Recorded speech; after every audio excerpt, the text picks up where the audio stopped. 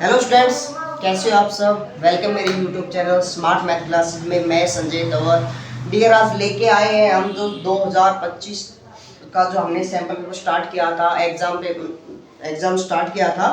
जो हम दो पार्ट हमने ऑलरेडी कर चुके हैं। तीसरा पार्ट जो है जिसका हमने सेक्शन डी करना है आज। इससे पहले हमने सेक्शन ए बी सी 3 सेक्शनों को सोल्व कर लिया है। अगर यहाँ तक किसी प्रकार की कोई डाउट प्रॉब्लम आती है बेटा, आप कमेंट करके हमें बता सकते हो। और किसी भी प्रकार की और भी कोई समस्या है तो आप डायरेक्ट व्हाट्सएप पे नंबर पे, आप ये व्हाट्सएप नंबर है बेटा, डायरेक्ट आप क्वेश्चन को शेयर कर सकते हो, पूछ सकते हो। किसी कॉन्सेप्ट को समझ में नहीं आता है तो अगर किसी भी प्रकार की कोई भी प्रॉब्लम आपको क्रिएट होती है तो आप डायरेक्ट हमसे पूछ सकते हो। आइए बेटा, ज़्यादा टाइम ना लेते हुए आगे हम क्वेश्चन को स्टार्ट करते हैं। सेक्शन डी को स्टार्ट करते हैं।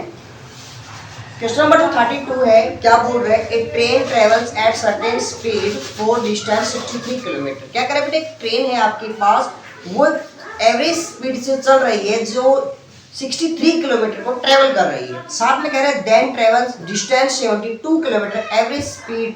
कह रहे हैं उसी के साथ साथ एक और भी वही 72 किलोमीटर की डिस्टेंस को और ट्रेवल कर रही है। एट किस स्पीड से बेटा, at average speed of 6 kilometre per hour more than its original speed. That mean पहले वाली जो स्पीड थी और अब जो स्पीड है, पहले वाली स्पीड से 6 स्पीड ज्यादा अब बढ़ा दिया जाए, उस केस में 72 किलोमीटर 72 किलोमीटर डिस्टेंस ट्रेवल और करती है। साथ में क्या करें, if it take 3 hour to complete total journey. कह रहा है बेटा दोनों 63 किलोमीटर भी 72 किलोमीटर भी दोनों डिस्टेंस को जब हमने ट्रेवल किया तो टोटल हमारे पास 3 आवर्स का 3 घंटे की जर्नी तय की। तो कह रहा है what is its original average speed. तो उस केस में स्पीड क्या होगी। लेट डियर, हम सबसे पहले हम क्वेश्चन हमारे पास 32 है, अज्यूम करके चलते हैं। लेट ओरिजिनल स्पीड लीजिए, ओरिजिनल स्पीड को हम अज्यूम कर लेते हैं। क्या कर लिया बेटा मैंने, x kilometre per our assume कर लिया कि भी हमारी जो स्पीड है, एवरेज स्पीड है, ओरिजिनल स्पीड है, वो हमारी x किलोमीटर पर आवर के हिसाब से जो ट्रेन है वो चल रही है। अब कह रहे बेटे ध्यान दीजिए एक बार, कह रहे हैं कि हमारे पास स्टार्टिंग की जो डिस्टेंस थी वो थी हमारे पास 63 किलोमीटर। तो उस केस में हमारे पास टाइम क्या रहा होगा, तो टाइम होगा बेटा डिस्टेंस अपॉन स्पीड।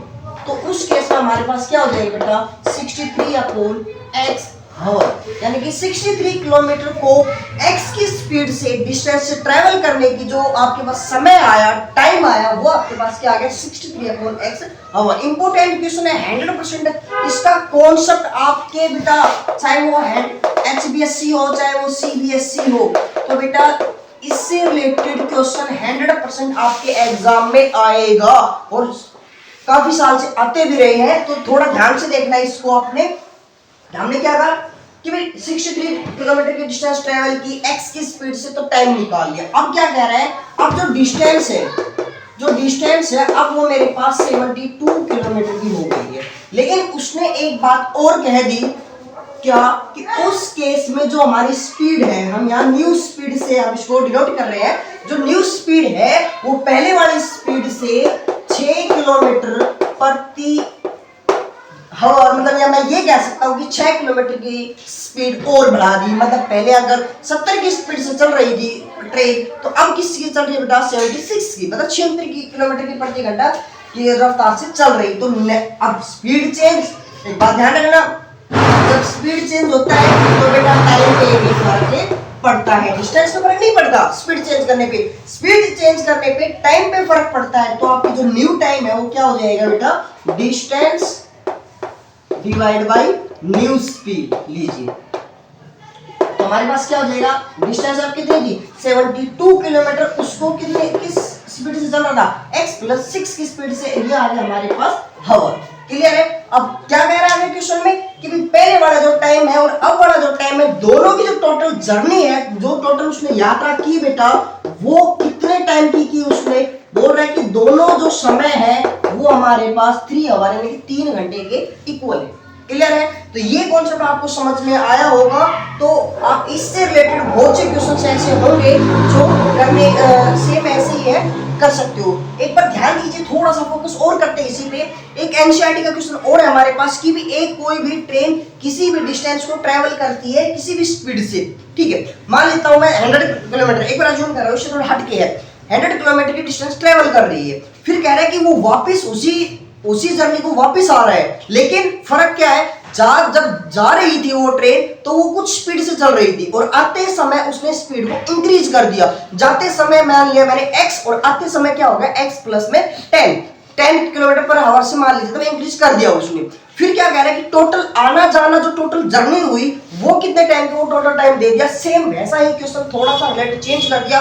अब दो डिस्टेंस दे दिया हमें कि एक डिस्टेंस 63 की है, दूसरी डिस्टेंस हमारे पास 72 की है। अब ध्यान दीजिए बेटा, इस पे हमने सोल्व किया, यहां से एलसीएम आ गया x इंटू एक्स प्लस में 6, तो यहां से एलसीएम क्या आ गया बेटा 63 इंटू एक्स प्लस 6 प्लस में 72 इंटू एक्स इक्वल टू 3।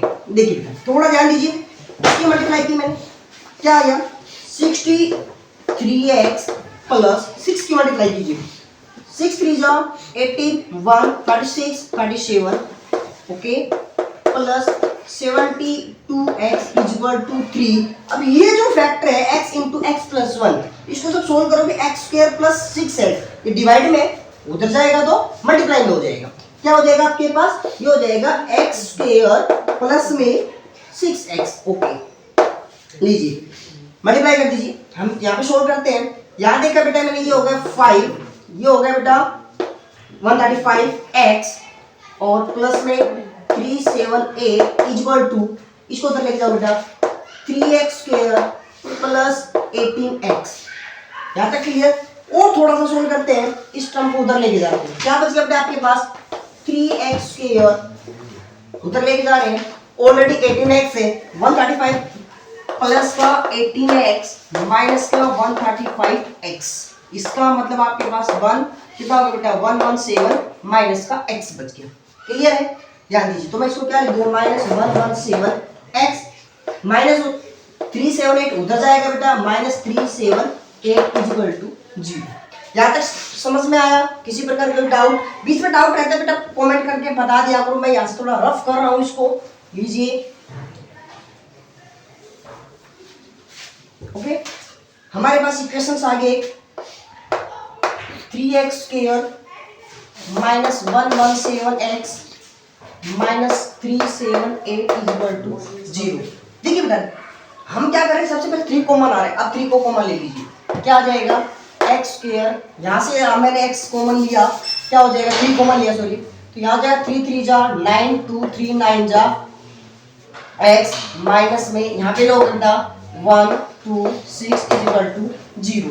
अब ध्यान दीजिए और सोचिए कि s यहाँ पे देखिए यहाँ 1 है बेटे, बातें नहीं, इसकी मल्टीप्लाई जब इसके साथ करोगे तो क्या हो जाएगा बेटा 126। और आपके माइंड में ऐसी 2 नंबर वो कौन कौन सी है जिनकी मल्टीप्लाई तो 126 आए और ऐड सब्ट्रैक्ट 39 आए। ध्यान दीजिए पर इसके जब आपने प्रोडक्ट की तो ये प्लस का साइन था, ये माइनस का, तो आपके पास क्या आया ये माइनस के 126। और जब किसी भी 2 नंबर की मल्टीप्लाई माइनस की आती है, इसका मतलब दोनों नंबर एक प्लस की होगी तो एक दूसरी माइनस की होगी।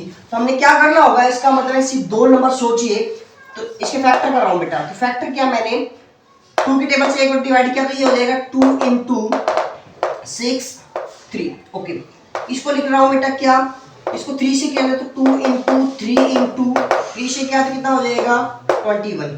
थोड़ा ध्यान दीजिए बट, और इसको तोड़ रहे हो तो इसको तोड़ दिया 3 इंटू 7।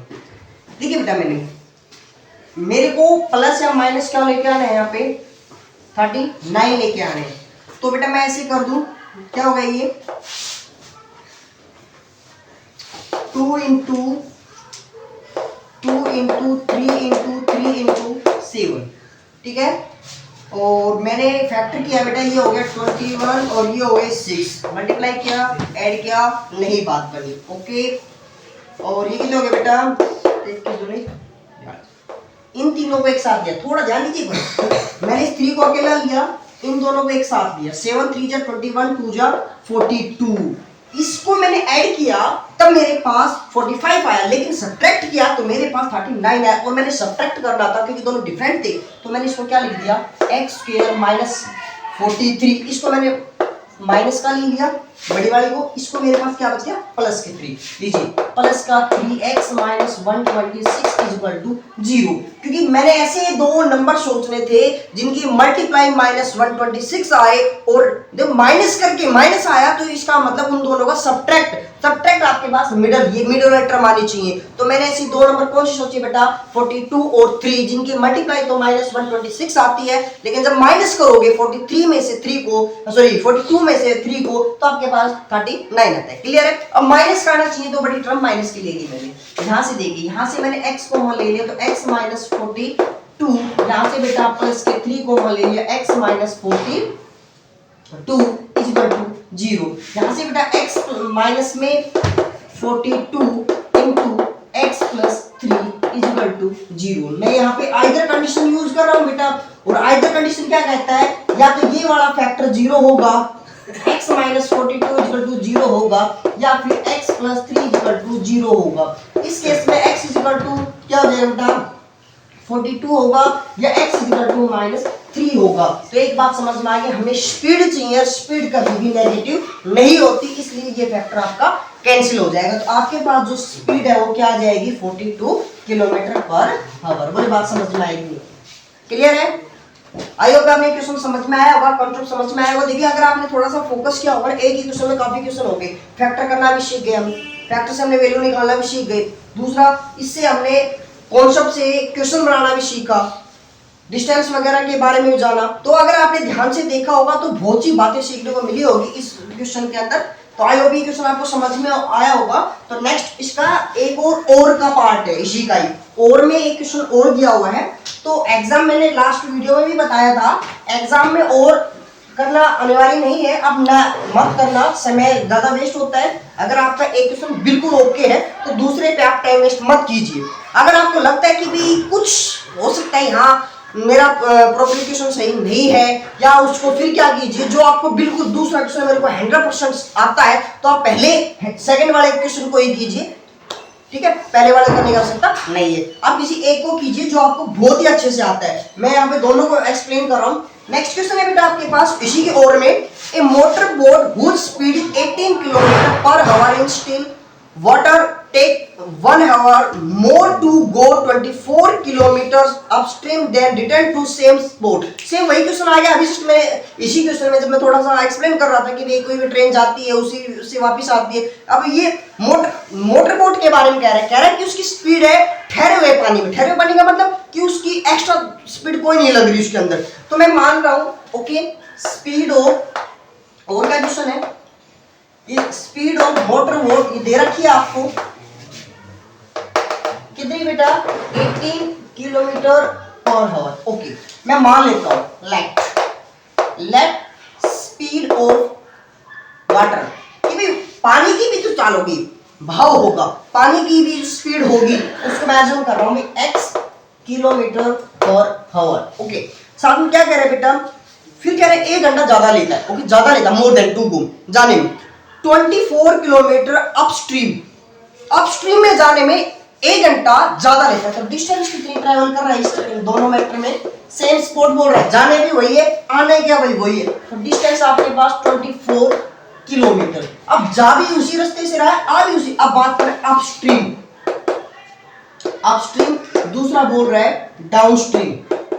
अब बहुत से बच्चों के ना थोड़ा सा यहाँ कंफ्यूजन होता है, सिर्फ अपस्ट्रीम का मतलब क्या होता है, डाउनस्ट्रीम का मतलब। देखिए बेटा एक बार थोड़ा सा ध्यान दीजिए आपने, आप किसी भी पानी के अंदर सपोज जैसे कि हमने आसपास आपने कैनल देखी होगी, नहर वगैरह देखी होगी पानी का, या नदी वगैरह देखी होगी, पानी का भाव एक साथ चलता होता है। और मान लीजिए ये आपके पास, ये मान लीजिए ये आपके पास बोट है आपकी, ठीक है, पानी का भाव इस प्रकार से चल रहा है, और उसी के साथ साथ बोट भी इसी डायरेक्शन में चल रही है, सेम डायरेक्शन में। पानी का भाव भी इधर था, आपकी जो बोट की स्पीड थी, मतलब जो डायरेक्शन थी वो भी सेम साथ साथ है, उसको बोलते हैं डाउनस्ट्रीम। मतलब आपने कभी देखा होगा, अगर आपने कभी स्विम की होगी तो उसमें देखा होगा कि आपको ना ऐसा लगता है कि कोई धक्का लगा रहा है, मतलब आपकी स्पीड इंक्रीज हो जाती है, आपकी स्पीड इंक्रीज हो जाती है। लेकिन उल्टा कर दीजिए, पानी का भाव तो ओके ऐसे ही है, बट जो हमारी बोट है वो इस डायरेक्शन में चल रही है, पानी का भाव इस डायरेक्शन में चल रहा है, तो हमें ऐसा प्रतीत होता है कि हमें कोई रोक रहा है, मतलब पानी का जो भाव है वो हमें रोक रहा है, तो इसका मतलब हमारी स्पीड स्लो हो रही है। स्लो होने का मतलब हमें हमारी स्पीड को कम किया जा रहा है। तो मैंने अज्यूम कर लिया यहाँ पे थोड़ा सा देखिए, अब स्पीड के बारे में बात करूंगा। मैंने अभी कहा स्पीड इन अपस्ट्रीम। अपस्ट्रीम का मतलब है अपोजिट डायरेक्शन।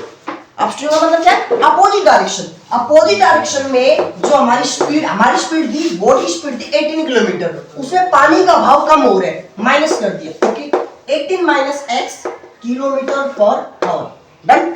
आगे क्या करें? Speed in downstream. मतलब डाउनस्ट्रीम का मतलब है पानी के साथ साथ चलना। तो इसमें जो हमारी स्पीड थी और साथ में वाटर की जो स्पीड थी, दोनों हमारे पास क्या हो जाती है, यहाँ पे इंक्रीज हो जाती है, ऐड हो जाती है। क्लियर है? अब यहाँ पे क्या कह रहा है, जितना जाते हो वक्त समय लगा, साथ ही आते हुए समय लगा, उसमें 1 घंटे का फर्क है। जाते समय मतलब अपस्ट्रीम में 1 घंटा ज्यादा ले रहा है। मेरे कहने का मतलब ये है कि जाने आने में जो समय लगा उनमें 1 घंटे का डिफरेंस है। ये बात समझ में आ गई भाई? ये कह रहा है कि जाते जो अपस्ट्रीम में जो टाइम लगा वो डाउनस्ट्रीम से 1 घंटा ज्यादा लगा, मोर। इसका मतलब है कि जो दोनों का डिफरेंस है वो 1 घंटे का है। तो अगर आपने थोड़ा ध्यान दिया, डाउनस्ट्रीम में हम जल्दी पहुंच गए, स्पीड ज्यादा होगी। अब ज्यादा स्पीड होगी तो समय कम लगेगा। अब अपस्ट्रीम है, अपोजिट है, अपोजिट को हम उसको क्रॉस करके जा रहे हैं, इसका मतलब स्पीड स्लो होगी और टाइम ज्यादा हो गया। अब टाइम ज्यादा होने का मतलब है अपस्ट्रीम में टाइम ज्यादा यूज किया, तो मैं यहां क्या कहूंगा? Time taken in upstream. Okay, upstream में टाइम कितना लगा, तो मैं यही बात कहूंगा, डिस्टेंस अपॉन स्पीड। अब डिस्टेंस मैंने 24 है हमारे पास, स्पीड अब अपस्ट्रीम की बात कर रहे हैं, अपस्ट्रीम में टाइम लग गया बेटा 18 minus x. Okay, time taken in downstream, तो डाउनस्ट्रीम में कितना हो गया? डिस्टेंस अपॉन स्पीड से यही फॉर्मूला लगा देंगे, 24 अपॉन स्पीड। स्पीड कितनी है डाउनस्ट्रीम में? 18 प्लस में एक्स। हाँ, तो मैंने कहा अपस्ट्रीम में टाइम ज्यादा लगा, डाउनस्ट्रीम में टाइम कम लगा, मतलब ये समय बड़ा है, ये समय छोटा है। तो डिफरेंस का मतलब होता है बड़े में से छोटे को माइनस, और कितने घंटे का डिफरेंस बोल रहे हैं? 1 घंटे का। तो मैं यहाँ पे क्या कहूंगा? 24 upon 18 minus x minus 24 upon 18 plus x is equal to 1। Clear है? एलसीएम ले लीजिए। एलसीएम ले लिया, 18 minus x into 18 plus x, यहां से क्या हो जाएगा?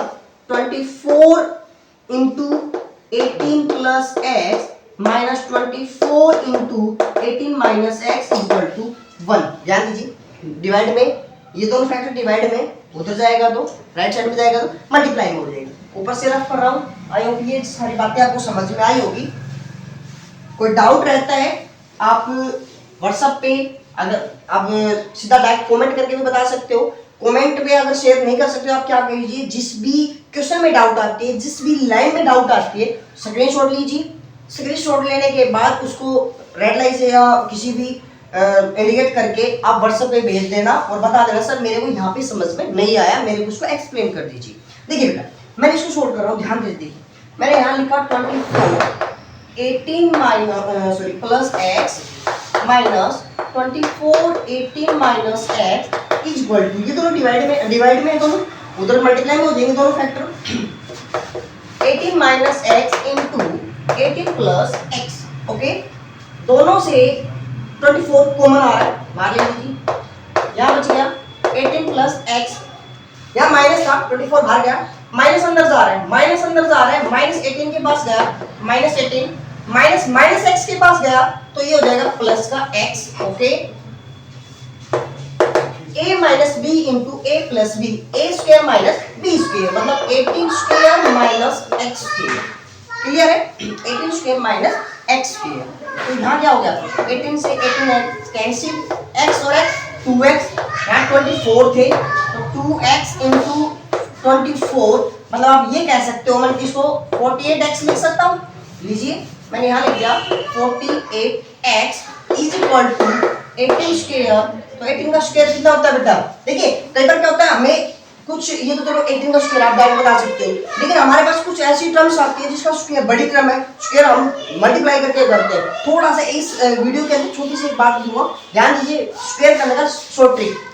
18 का स्क्वायर करना है हमें, ये इसके अंदर नहीं है, मैं इसको सिर्फ स्क्वायर करना सिखा रहा हूँ जल्दी से। 8 का स्क्वायर 64, 1 का स्क्वायर 1, ओके। मल्टीप्लाई कैसे करनी है? दोनों डिजिट की मल्टीप्लाई, 8 1 जा 8, 8 2 जा, इन तीनों की मल्टीप्लाई कर दीजिए 16, ओके। यहाँ क्या गया बेटा? यहाँ से 4 लिखा, 6 कैरी गया, कितने हो गए? 22, ये 2, यहाँ पे 2 कैरी गया, तो कितना हो गया बेटा? 3। मतलब आपका जो 18 का स्क्वायर है डायरेक्ट कितना आ गया? 3 2 4। मतलब आप डायरेक्ट से आपको अगर ये तो चलो छोटा था, आपके पास ये आ जाए 79 का स्क्वायर, इसका आ जाए, तो आपने मल्टीप्लाई करने का आवश्यकता नहीं है, थोड़ा सा ट्रिक लगा लिया करो बीच में। तो हम यहाँ इसकी जगह क्या लिख सकते हैं? 3 2 4 माइनस एक्स स्क्वायर, दोनों तरफ को इधर ले आइए, एक्स स्क्वायर ये ऑलरेडी है, 48 एक्स ऑलरेडी है, तो आप इसको प्लस का है तो प्लस रखोगे, माइनस है तो माइनस रखोगे। प्लस 3 2 4 है, इधर आएगा 3 2 4 इज इक्वल टू 0। आइए ध्यान दीजिएगा, मल्टीप्लाई माइनस का आ रहा है, इसकी मल्टीप्लाई इसके साथ की, तो 1 की मल्टीप्लाई की तो हमने कितना आ जाए? माइनस 3 2 4।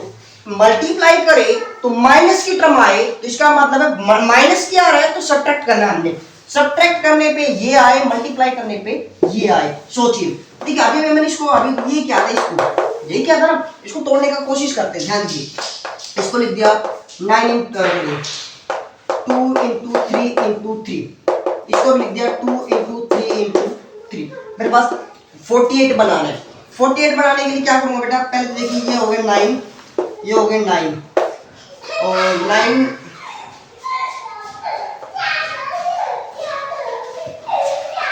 दो तो पेयर करके देख लीजिए, ये कितने हो गए? 6, ओके। ये कितने हो गए? 54, लीजिए हो गया 54 माइनस 6 48। क्लियर है? थोड़ा सा दिमाग में जब जोर डालोगे, बार बार प्रैक्टिस करोगे, तो माइंड में ऑटोमेटिक ये फैक्टर बनना शुरू हो जाएंगे। अगर बेटे आप सोचते हो कि मेहनत करें नहीं, अगर फल मिल जाए, ये वहम है, छोड़ देना वहम को। ध्यान दीजिए, मैंने क्या किया? 1x स्क्वायर, इसको क्या लिखना है? 54x minus 6 minus 6x plus में माइनस में 3 2 4 इक्वल टू 0। लीजिए, यहाँ से क्या आ गया? यहाँ से क्या आ गया? ध्यान दीजिए बस। तो यहाँ से आप क्या करोगे? यहाँ से x कॉमन ले लोगे, x प्लस में 54, यहाँ से माइनस कॉमन ले, माइनस 6 कॉमन ले लोगे, तो यहाँ 6 कॉमन लेने के बाद यहाँ बचेगा x प्लस में 54 इक्वल टू 0। ध्यान दीजिए एक बार, x प्लस में 54 into x minus 6 equal to 0। फिर से आप आइदर कंडीशन यूज कर लीजिए, तो क्या हो जाएगा बेटा? x प्लस में 54 इक्वल टू 0 और x minus 6 equal to 0। x की वैल्यू आ गई माइनस 54 और x की वैल्यू आ गई 6। तो एक बार समझ में ये आएगी, स्पीड कभी नेगेटिव नहीं होती, ठीक है? स्पीड कभी नेगेटिव नहीं होती। तो आपके पास यहाँ पे स्पीड क्या है? 6 kilometre per our, 6 kilometre per our, यानी कि जो वाटर की स्पीड थी वो कितनी आ गई बेटा? 6 किलोमीटर पर आवर। समझ में आया?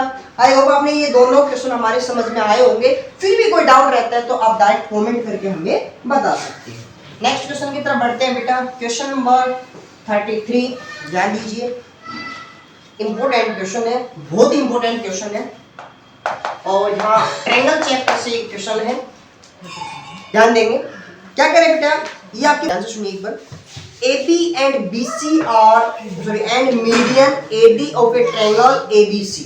एक ट्रायंगल ABC है, ओके, आपको दे भी रखा है, ये ट्रायंगल डायग्राम दे भी रखा है, ABC और ये D, ठीक है। मीडियन, मीडियन का मतलब ये इसके बराबर है, मीडियन क्या है? दूसरा कह रहा है बेटा, ध्यान दीजिए, is are respectively proportional to side PQ QR and median PM और ट्रायंगल PQR, PQR साथ में मीडियन दिया हुआ है M, मतलब ये इसके बराबर है। क्लियर है? ध्यान दीजिए।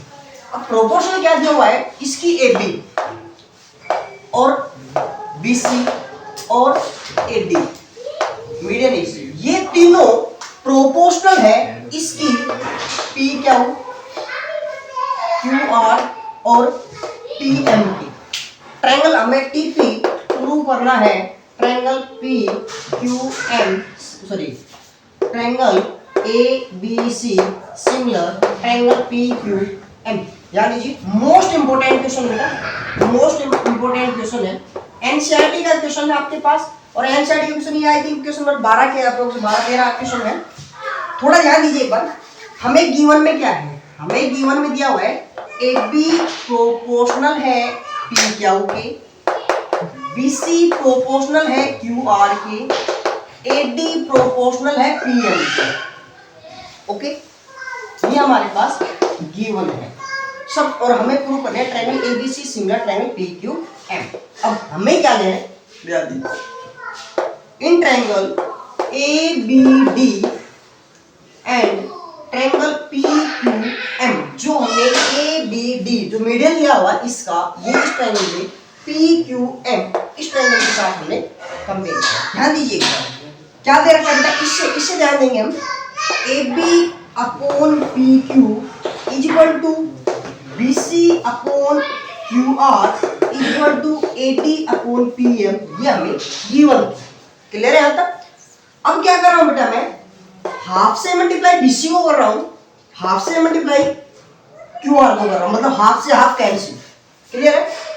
आगे हमने क्या किया, A B upon P Q, A BC का हाफ, ध्यान दीजिए बीसी कंप्लीट है, आधी इधर आधी इधर, तो मतलब ये हाफ हाफ बच गई। तो मैं इसको क्या लिख सकता हूं, बी डी अपॉन में सेम क्यू आर का हाफ, क्यू आर का हाफ क्या बच गया आपके पास, Q M equal to A D upon P M. तो तीनों साइड का प्रोपोर्शन होना, ए बी पी क्यू के साथ, बी डी क्यू एम के साथ, ए डी पी एम के साथ। तो इसका मतलब triangle A B D similar है ट्रायंगल पी क्यू एम की। अब ट्रायंगल साइड्स किसी वजह से by triple S, side side side, मतलब तीनों साइड जो है इनकी प्रोपोर्शनल है। डन। आगे क्या करें, अब साइड्स सिमिलर है दोनों ट्रायंगल, तो आप क्या कह सकते हो, जो इनके कोरस्पोंडिंग एंगल्स है वो ऑल्सो इक्वल होंगे। मतलब मैं सीधा सीधा ये कह सकता हूं, जो एंगल बी है वो एंगल क्यू के बराबर है। ओके, अब ध्यान दीजिए, क्या ध्यान दीजिए, अब हमारे पास इन दो का कॉन्सेप्ट था, इसको नहीं ले रहा मीडियन को, सिर्फ दो साइड को, क्योंकि मेरे को ट्रायंगल पूरी एबीसी लेनी थी, मीडियन का कोई रोल नहीं था उसके अंदर। A B upon P Q is equal to B C upon Q R. यदि मेरे पास ट्रायंगल के तीनों कोरस्पोंडिंग एंगल्स बराबर हो जाए, या ट्रायंगल की तीनों कोरस्पोंडिंग साइड्स प्रोपोर्शनल हो जाए, मैंने क्या कहा, या तो तीनों कोरस्पोंडिंग एंगल्स बराबर हो जाए, पहला पॉइंट। दूसरा पॉइंट क्या था, तीनों कोरस्पोंडिंग साइड्स प्रोपोर्शनल हो जाए। Done.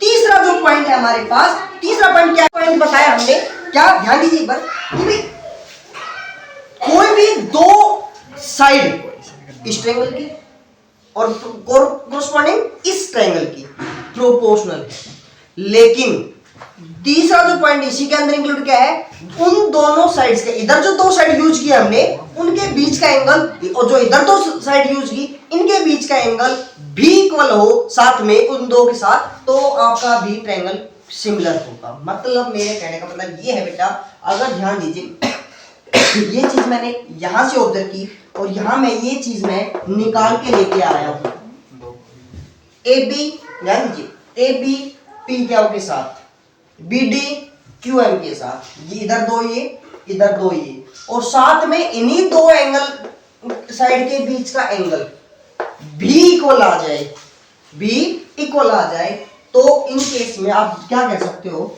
So triangle A B C similar triangle P Q R. बोले ये बात समझ में आई नहीं? क्लियर है? तीनों साइड प्रोपोर्शनल हो, तीनों कोरस्पोंडिंग एंगल्स बराबर हो, या दो साइड और उन्हीं के बीच का एंगल इक्वल हो, तब भी आपकी ट्रायंगल क्या होगी, सिमिलर होगी। डन। नेक्स्ट क्वेश्चन की तरफ बढ़ते हैं। इसी का और का क्वेश्चन है बेटा, और का क्वेश्चन है, इंपॉर्टेंट क्वेश्चन है, वो भी लीजिए। आई होप ये आपके क्वेश्चन समझ में आया होगा। फिर भी कोई छोटी मोटी डाउट रहती है तो आप बेझिझक आप कमेंट करके भी बता सकते हो, व्हाट्सएप पे डाल के लगा सकते हो, कॉल में करके कैसे भी पूछ सकते हो। ध्यान दीजिए, ए ट्रायंगल एबीसी, ओके, ये ट्रायंगल दी हुई है आपके पास, ट्रायंगल ए बी सी, और बोल रहे डी इज पॉइंट, क्या करें, ध्यान दीजिए, D is point on BC, BC के ऊपर एक पॉइंट डी है, ठीक है, और फिर ट्रायंगल एबीसी सच दैट, इस प्रकार से बेटा एडीसी, ये मिला दिया हमने, एडीसी, ये जो एंगल है वो बीएसी, बीएसी इस एंगल के बराबर है। ध्यान दीजिए एक बार, सभी विद्यार्थी ध्यान देंगे, एडीसी एंगल बीएसी के बराबर है। टीपी प्रूव करना है सीए का स्क्वायर सीबी इंटू सीडी। और एक बात और आपको दमदार बात बताता हूं बेटा, सिमिलर के जब भी आप काम करो, सिमिलर कॉन्ग्रुएंट, सिमिलर कॉन्ग्रुएंट के जो भी कभी भी आप क्वेश्चंस करो, उस पे सबसे बड़ा जो इंपोर्टेंट, जो उसकी रीढ़ की हड्डी उस क्वेश्चन की, वो है उसकी ट्रायंगल की नेमिंग। अगर आपने उस ट्रायंगल की नेमिंग सीख ली तो इसका मतलब ये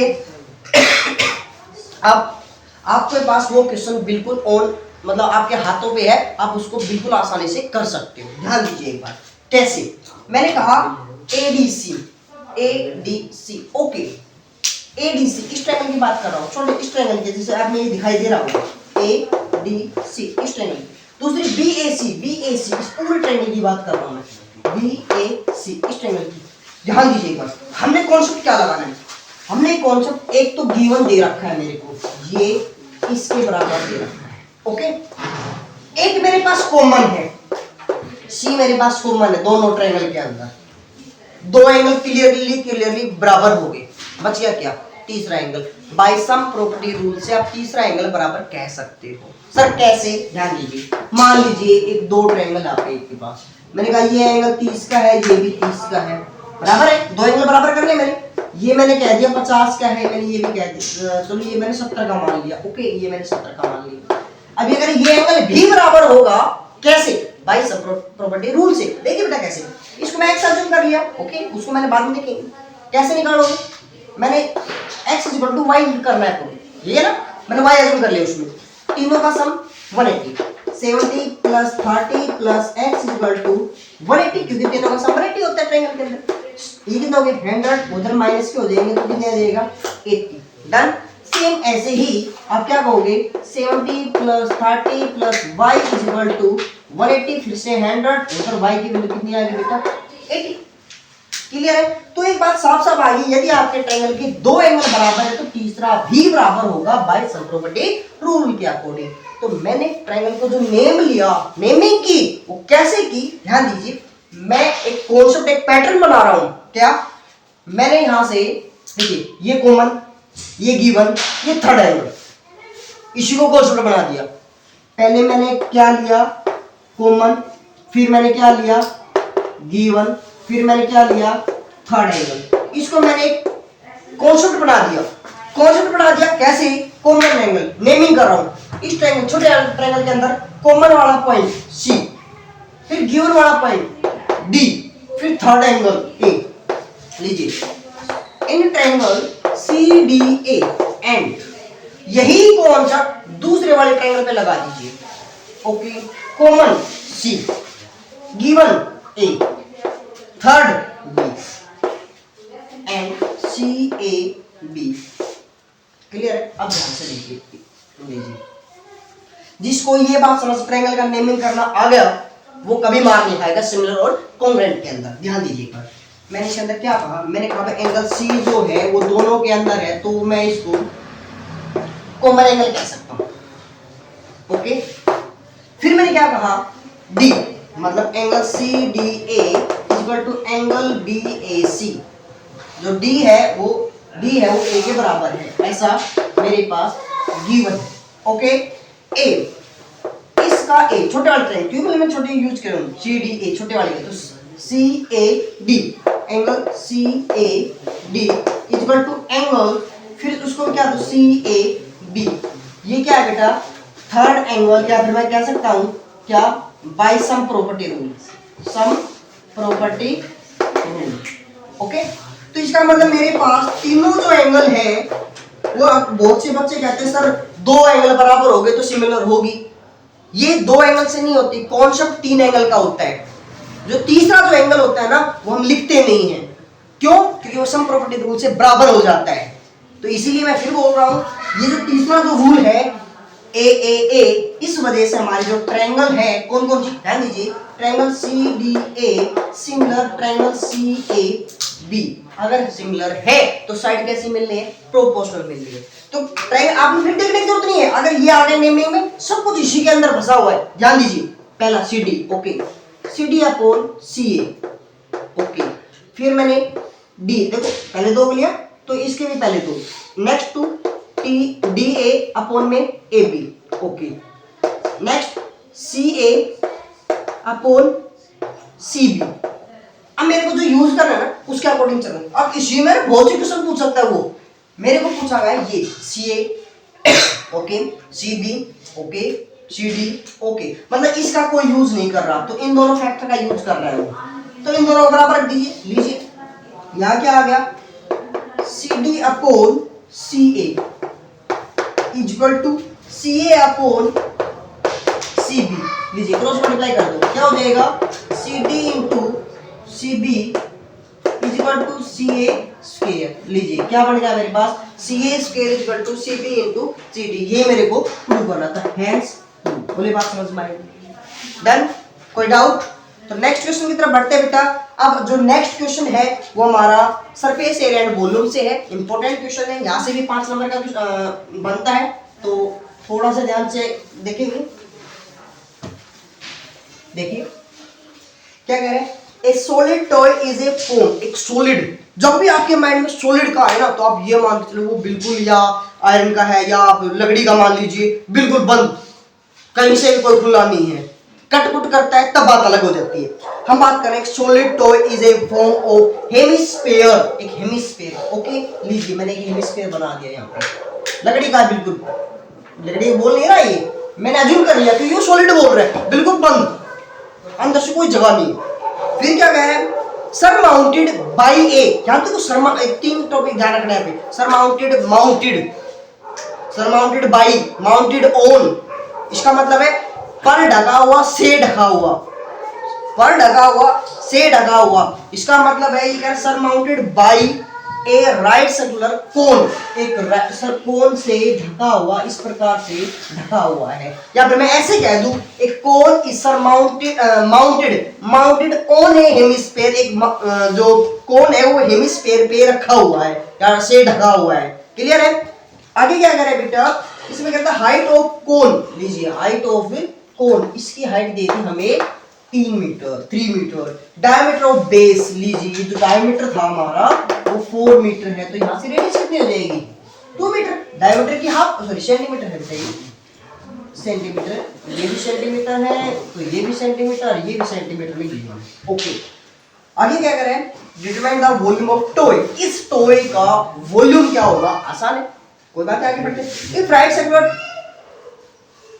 circular cylinder circumscribe A the toy, फिर से कह रहे हैं पहले तो इस टॉय का वॉल्यूम बताइए, फिर इसको क्या करना है, एक सिलेंडर के सर्कमस्क्राइब करना है, find the difference of volume of cylinder and toy.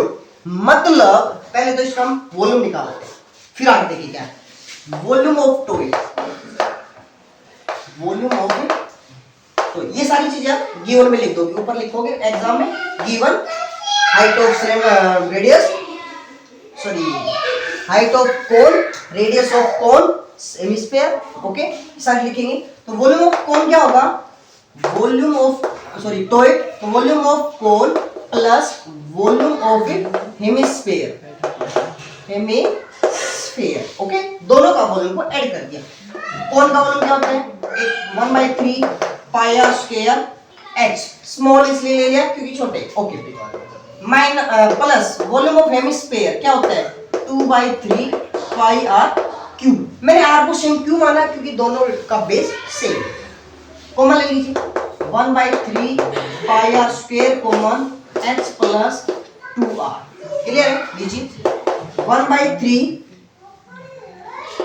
Pi R square, ध्यान दीजिए पाई आर स्क्वायर इसकी वैल्यू रख देते हैं, वैल्यू पाई वैल्यू दे रखी नहीं दे रखी, अब यूज कर लेंगे हम पाई से साथ आर, आर हमारे पास 2 है, स्क्वायर बोल रहे हैं 2 का स्क्वायर 4 सीधा लिख दिया मैंने, इनटू एच, एच कितनी है 3 प्लस 2 इनटू 3 ना 2 इनटू 2 क्यों रेडियस 2 है, 2 2 जा 4, ओके ध्यान दीजिए 1/3 इनटू 22/7 4 इनटू ये होगी 7 और 7 से 7 कैंसिल, तो कितना हो गया बेटा 88/3 सेंटीमीटर क्यूब। तो ये वॉल्यूम किसका आया, ये वॉल्यूम हमारे टॉय का आया है, जो हमने टॉय अज्यूम किया था। ओके अब क्या करें, यही टॉय एक सिलेंडर के अंदर रखा हुआ है, देखिए ये सिलेंडर है मान लीजिए, थोड़ा ध्यान दीजिए पर सर्कमस्क्राइब का मतलब होता है चारों तरफ से टच होके ऐसे, मैं एक शेप बना रहा हूँ, आई होप आपको ये बात समझ में आ गई, इसकी इमेज आपके आंखों में बन गई होगी ऑलरेडी, लीजिए इस प्रकार से, तो बॉटम लेफ्ट राइट सभी से टच होके जा रहा है, ओके तो इसमें देखिए रेडियस तो हमारी सेम है, तो रेडियस ऑफ सिलेंडर कितनी है, जो रेडियस बेस की थी 2 centimetre, height of cylinder, cylinder की हाइट ध्यान दीजिए ये थी मेरे पास 3, ये थी रेडियस क्योंकि हेमिस्फीयर की रेडियस सभी की तरफ इक्वल होती है 2, तो टोटल हाइट कितनी होगी 3 और 2 5, लीजिए 5 सेंटीमीटर, तो हम यहाँ पे निकाल देंगे वॉल्यूम ऑफ सिलेंडर, क्या होता है बेटा पाई आर स्क्वायर कैपिटल एच, क्योंकि आर तो सेम है इसलिए मैंने आर सेम यूज कर लिया, हाइट अलग थी इसलिए मैंने कैपिटल एच यूज कर लिया, 22/7 आर का स्क्वायर, आर स्क्वायर मतलब 2 का स्क्वायर, 2 का square 4 into H 5, okay multiply कर रहे हैं, तो कितने हो गए बेटा यहाँ पे 440/7 सेंटीमीटर क्यूब, क्लियर है, तो ये तो आ गया वॉल्यूम ऑफ सिलेंडर। अब पूछ रहे difference, difference of volume of cylinder, difference तो मतलब सिलेंडर का और इस टॉय का डिफरेंस, तो बेटा निकाल दीजिए 447 माइनस 883, ये जो रिजल्ट आएगा सेंटीमीटर क्यूब। आई होप आपको समझ में आया होगा। सर यही छोड़ दे, यही नहीं छोड़ना, सोल्व करना है, ये क्वेश्चन मैं आपको होमवर्क दे रहा हूं, जो भी बच्चा ये क्वेश्चन करता है इसका जो रिजल्ट आएगा वो रिजल्ट आप कमेंट में करके बताएंगे, ठीक है, और आपको रिप्लाई जरूर मिलेगा कि आपका आंसर सही है या गलत। ओके नेक्स्ट क्वेश्चन की तरफ बढ़ते, इसी का और है क्वेश्चन और में, ये क्वेश्चन मैं होमवर्क दे रहा हूं, कमेंट में करके बताओगे। नेक्स्ट क्वेश्चन है इसी का और है बेटा,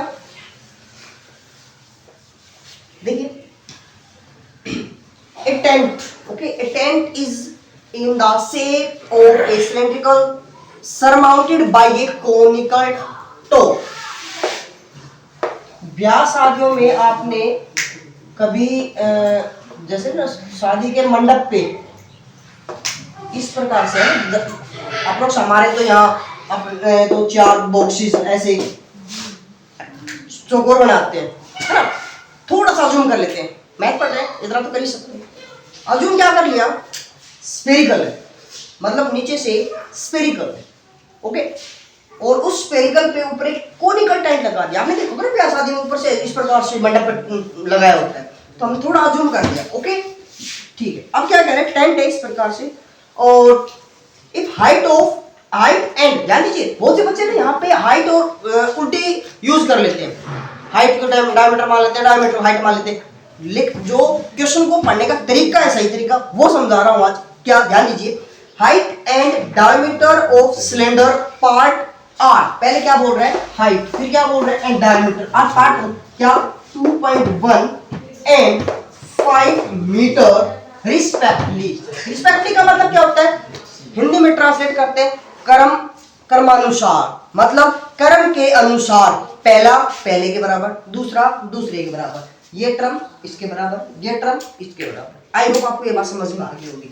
तो हमारी हाइट है किसकी, ध्यान दीजिएगा किसकी, क्या कह रहे हैं height of cylindrical part, height of cylindrical part, cylinder की हाइट दे दी बेटा हमें 2.1 और radius sorry diameter of cylindrical part 5 metre, तो रेडियस ऑफ सिलेंडर कितनी हो जाएगी बेटा 5.2 मीटर, ओके इसको लिखो इधर 22/10 मीटर।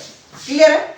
आगे देखिए, फिर क्या करें, and slant height of top की slant height LO, slant height हम L से रिप्रेजेंट करते हैं, LO पोल स्लैंट हाइट कितनी है 2.8 मीटर, मतलब 28/10 metre. Find the area of canvas use for making the tent. उस टेंट को बनाने के लिए जितना कपड़ा यूज किया गया उसका एरिया क्या होगा, पहला क्वेश्चन। दूसरा क्वेश्चन आगे क्या कह रहा है बेटा, फाइंड ऑल्सो, यह भी find the cost of canvas of tent at rate 600 rupees per metre square. 1 metre square का खर्चा यदि 600 रुपए है, टोटल कपड़े का, टोटल टेंट बनाने का टोटल कितना खर्चा होगा। आइए देखते हैं, सरफेस एरिया निकाल रहे हैं, साफ सी पूछ रहे हैं, चारों तरफ की पूछ रहे हैं, तो हम क्या निकालेंगे, required surface area. Required surface area, आपने जो कपड़ा यूज किया, एक तो कहाँ यूज किया, एक तो ऊपर इसके चारों, टॉप की चारों तरफ किया, ओके। जो हमारे क्या होता है चारों तरफ, टॉप और बॉटम को छोड़ के इसका मतलब होता है CSA, तो हम क्या कहेंगे CSA of top plus cylindrical का चारों तरफ, फिर से CSA of cylindrical, okay.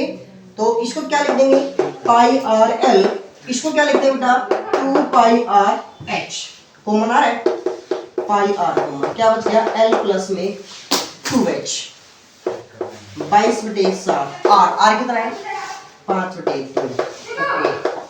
L कितना हमारा 28/10 प्लस H कितना है 21/10, तो 2H मतलब कितना हो जाएगा 2 से मल्टीप्लाई लीजिए, कितना हो जाएगा 42/10। 2 से एक टेबल काट दिया, 11 5 55/7 इंटू एलसीएम आ गया इधर 10, ये हो जाएगा बेटा 28 प्लस में 42, मतलब 5 इंटू इसको ऐड किया 2 70/7 इंटू 10, इससे कैंसिल 7 से 7 क्या आ गया 55 मीटर स्क्वायर टोटल क्या आ गया एरिया। ठीक है, पहला क्वेश्चन इसी में कंप्लीट। दूसरा क्या था, कॉस्ट बतानी थी, तो टोटल कॉस्ट कह रहे 1 मीटर स्क्वायर का खर्चा है बेटा 600 रुपए, तो आपके पास 55 मीटर स्क्वायर का खर्चा कितना हो जाएगा 600 मल्टीप्लाई 55 क्या हो जाएगा बेटा 00, 6 से मल्टीप्लाई कर दिया तो 30 और 3 33,000 रुपीज, मतलब 33,000 रुपए टोटल कॉस्ट लग जाएगी इस टेंट को बनाने के लिए। क्लियर है? आई होप आपको ये क्वेश्चन समझ में आया होगा। क्वेश्चन नंबर 34 था जो अभी कर रहे थे ना, ठीक है, सरफेस एरिया एंड वॉल्यूम का। अब क्वेश्चन आता है हमारे पास क्वेश्चन नंबर 35।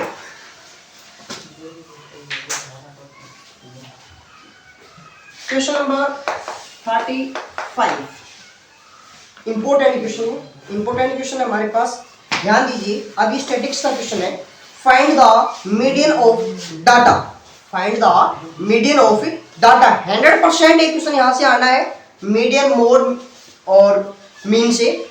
आपको दो चीजें बहुत से आनी चाहिए, क्योंकि कई बार क्या होता है मीन और मोड किसी और में आती है क्वेश्चन, बाकी आपको तीनों आना चाहिए। लाइफ के अंदर बहुत ज्यादा क्वेश्चन पूछे जाते हैं, ऐसे भी मीडियन निकालना है। एक इंटरवल दिया हुआ है, क्लास इंटरवल, इसमें लिखा हुआ है मंथली कंजम्पशन, तो इसने दे रखे बेटा आपको, लीजिए बिलो 85,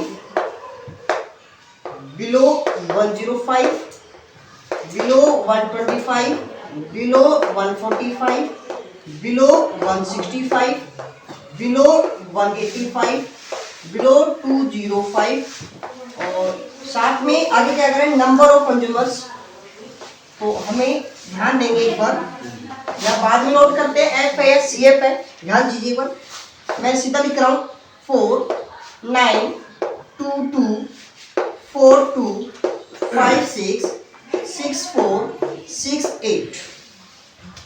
एक बात बताई थी, यदि F होगा तो रैंडमली किसी भी कैसे भी पूछ सकते हैं।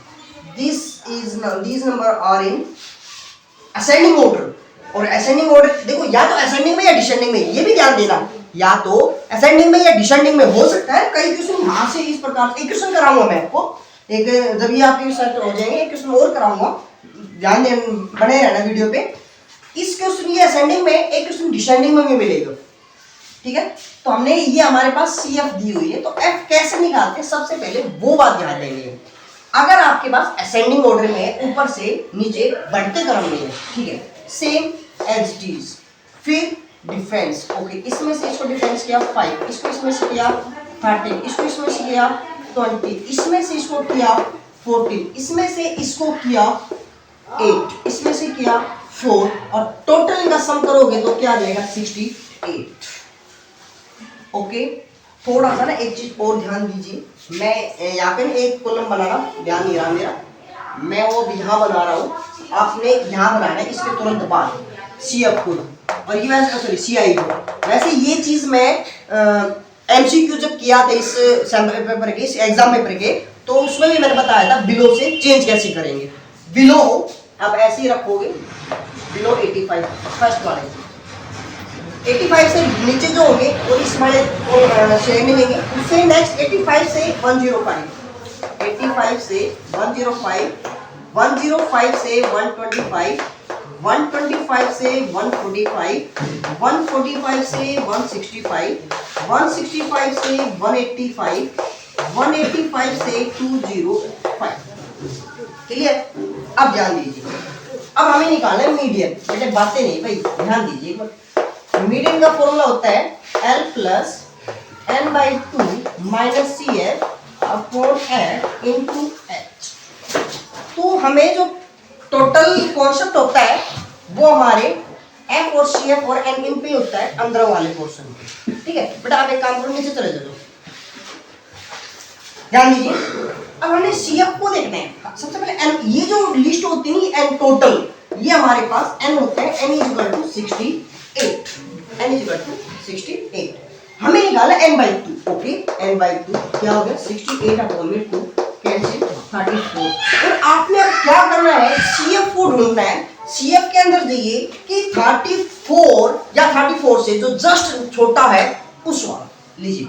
हमने कहा ये 34 से छोटा है, ये 34 से बड़ा है, तो ये जो टर्म है लीजिए, ये आपकी सीएफ आ गई। क्या आ गई? सीएफ। और इससे जस्ट नीचे वाली टर्म, जस्ट नीचे वाली एफ के अंदर ये आपकी एफ आ गई। एन पता चला, सीएफ पता चला, एफ पता चला, और एफ बताएगा एल को, एल को मतलब इसके अंदर ये लीजिए, ये इंटरवल है, इसको हम मीडियन क्लास बोलते हैं। क्या बोलते हैं? Median class. और इस मीडियन क्लास में ये जो एल है, लोअर टर्म, मतलब एल जो है मेरे पास वो है 125, और मेरे पास एक्स क्या होता है बेटा, उस मीडियन क्लास की डिफरेंस, मतलब मेरे पास कितने का डिफरेंस है बेटा 20 का। आइए यहाँ पे पुट कर देते हैं हम। क्या दिया हुआ है? एल, एल कितना है बेटा हमारे पास 125 प्लस n/2, तो n/2 कितना हमारे पास, n/2 है हमारे पास 34 माइनस CF, CF कितना है हमारे पास 22 अपॉन F, F कितना है हमारे पास 20 इनटू में H, H कितना है हमारे पास 20। लीजिए 20 से 20 कैंसिल, 125 प्लस माइनस का कितना हो जाएगा बेटा 12, ऐड कर देंगे तो 137। ये क्या हो जाएगा हमारा आंसर, मतलब मीडियन। क्लियर है? आई होप आपको ये क्वेश्चन समझ में आया होगा। नेक्स्ट इसी का और का पार्ट है बेटा, ध्यान दीजिए, और में है, ध्यान देंगे, और में है इसी का ही। अच्छा इंपोर्टेंट क्वेश्चन है वो भी, ध्यान दीजिए। क्या कह रहे बेटा, आपको एक इंटरवल दिया हुआ है डेली पॉकेट अलाउंस का, तो मैंने है ना इसको सीआई के नाम से दे दिया। आप जो भी इसके अंदर है आप सेम लिख लोगे पूरी बातें, ठीक है। इंटरवल दिया है 11 से 13, 13 से 15, 15 से 17, 17 से 19, 19 से 21, 21 से 23, और बेटा 23 से 25।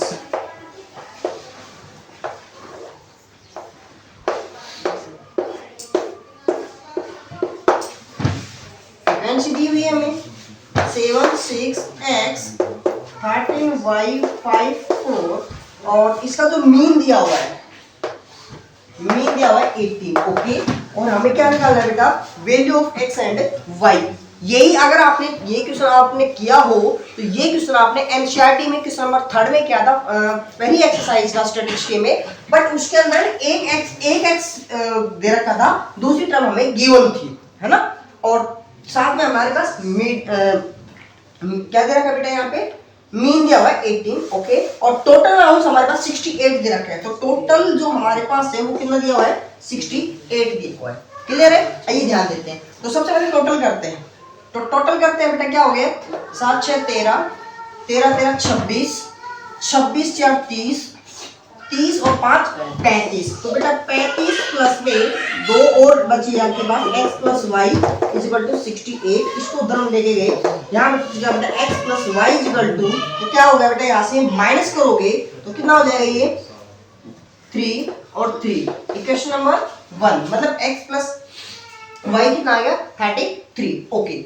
अब मैं निकालता हूँ बेटा एक्स आई, मतलब क्लास मार्क, क्या निकाल रहा हूँ क्लास मार्क, वो कैसे निकालते हो, सी आई का सम का हाफ, दोनों को सम करो 24, हाफ करो 10, सेम ऐसे ही 14 16 18 20 22 24, उसके बाद मैं निकाल रहा हूँ बेटा फैक्टर ऑफ एक्स, मतलब multiplication of F I X I, मतलब प्रत्येक फ्रीक्वेंसी इन दोनों की प्रोडक्ट, ऐसे इन दोनों की 84 16x मल्टीप्लाई कर रहा हूँ बेटा 54 5 54 23 18 5 23 20f, ठीक है, मतलब 20y, क्योंकि वो क्वेश्चन में ना यहाँ पे f दिया था और बाकी सारी टर्म दे रखी थी, ये कितना हो जाएगा 11096, सम कर रहे हैं, क्या कर रहे हैं सम, आइए बेटा सम करते हैं, देखिए इस टर्म को ये और इस टर्म को एक सेकंड के लिए होल्ड रख देते हैं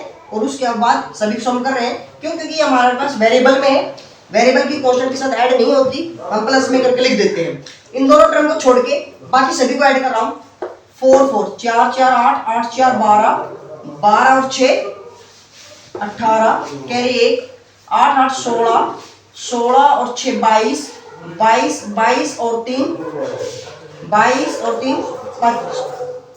सॉरी बेटा सॉरी, मैंने ये 6 जोड़ लिया ना, गलत जोड़ लिया, एक्स वेरिएबल था, सॉरी, फिर जोड़ दिया, कैरी 1 थी हमारे पास, 8 8 16 और 1 17, ठीक है, इसको हटा दो, 17 8 3 20 20 और 1 21 21 और 9 21 9 30, कैरी 3, यहाँ जाओ 3 2 5 5 और 1 6, प्लस में क्या है बेटा 16x और प्लस में क्या है 21, क्लियर है। अब ध्यान दीजिए, मीन का फॉर्मूला कैसे निकालते हैं बेटा, direct method, summation of F I X I upon में summation of F I, okay, ये इसका सम, इसको दिया हुआ बेटा कितना 608 प्लस, यहाँ नीचे लिख देता हूँ 608 plus 16x plus 20y upon, इसका सम दिया हुआ है हमारे पास 68 इक्वल टू मीन दिया हुआ हमारे पास 80, ओके, लीजिए क्रॉस मल्टीप्लाई कर रहा हूँ बेटा, इसकी मल्टीप्लाई यहाँ मल्टीप्लाई कर दीजिए, क्या हो जाएगा मल्टीप्लाई कर दीजिए 18 की 68 की 18 से कर रहे हैं बेटा, और 64 6 48 से 54, ठीक है, 8 6 4 12 कैरी 1 12, कितना हो गया बेटा 1224 बराबर क्या है बेटा यहाँ पे 608 प्लस 16x प्लस में 20y, इस टर्म को इधर ले आते हैं, तो बेटा जब 1224 में से 608 माइनस करोगे, 4 में से 8 माइनस होता नहीं, कैरी ले लिया 14, यहाँ बच गया 6, कैरी यहाँ पे 1, ये क्या था बेटा 0 1, और यहाँ पे क्या बच गया आपके पास 6, मतलब 616 बराबर क्या बच गया बेटा यहाँ पे 16x प्लस में 20y, तो मैंने क्या किया 4 कॉमन आ रहा था, 4 कॉमन ले लिया, तो 4 कॉमन लोगे तो बेटा कितना हो जाएगा 15 ठीक, सॉरी 4 कॉमन ले रहा हूँ, 15 60 1 4 पे, ठीक है, ये हो जाएगा 4x प्लस में 5y, इक्वेशन नंबर 2। तो अब क्या करना है हमें, एक इक्वेशन 2 इक्वेशंस और इन दोनों को हमें सोल्व कर लेना है, तो ये आ जाएगा आपके पास 33 इक्वल टू x प्लस में y, ठीक है, 33 प्लस में x प्लस में y, इक्वेशन नंबर 2। तो इस क्वेश्चन को सोल्व कराऊं, सॉरी 1 थी, या खुद करोगे? खुद करोगे? चलो ठीक है, खुद करना है, एक्स वाई की वैल्यू निकालनी है और कमेंट के अंदर इसका भी एक्स और वाई की वैल्यू आपको कमेंट करना है। क्लियर है? फिर भी कोई दिक्कत आती है तो शेयर करना। नेक्स्ट क्वेश्चन की तरफ जाते हैं बेटा। नेक्स्ट क्वेश्चन की तरफ देखिए बेटा। अच्छा, इसी के अंदर नेक्स्ट क्वेश्चन है हमारे पास, ध्यान दीजिए एक बार। तो हो गए बेटे ये 35 क्वेश्चन थे, और उसके बाद हमारे पास क्या बचती है? केस बेस्ड स्टडी बचती है। नेक्स्ट वीडियो के अंदर केस बेस्ड स्टडी लेके आएंगे। आई होप आपने जो ये आज की जो वीडियो थी वो समझ में आई होगी। कोई डाउट है, किसी प्रकार की कोई समस्या है, आप कमेंट करके या डायरेक्ट कांटेक्ट करके आप हमें बता सकते हो। अगर वीडियो अच्छी लगी, share, like and subscribe. Thank you.